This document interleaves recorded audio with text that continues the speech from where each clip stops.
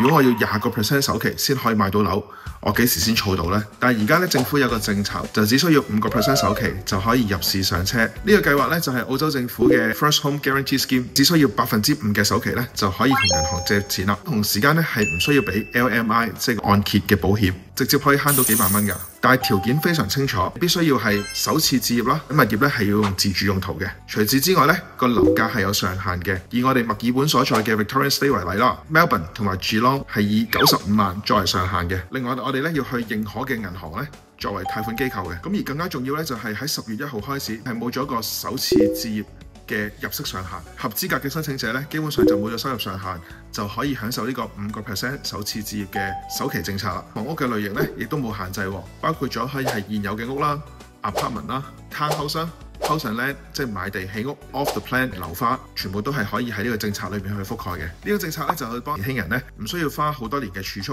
盡快開始有自己嘅物業喺澳洲安居樂業啦。同大家舉一個實際嘅例子啦。假設樓價咧係70萬，傳統嘅做法咧就需要20% 首期，即係大概14萬度啦。但係呢個計劃之下咧，我只需要5% 首期嘅資金咧，大概35000蚊就足夠啦。呢個10萬蚊嘅差距咧，確實係一個好大嘅鴻溝。不過有一點要留意，就係除咗首期之外咧，你要留意翻買賣物業嘅時候有一定嘅買賣成本嘅，包括印花稅啦、律師費啦、